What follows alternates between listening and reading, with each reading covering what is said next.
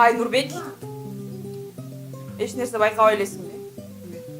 Эмнени байкашпайм? Мен сага 2 күндөн бери сүйлөп элемин го.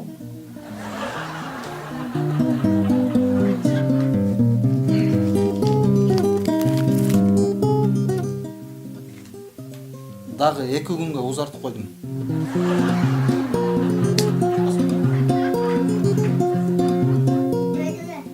Дагы 5 күнгө узартып койбойсуңбу? Эми 2 күн өтсүн, анан көрө жатарбыз дагы.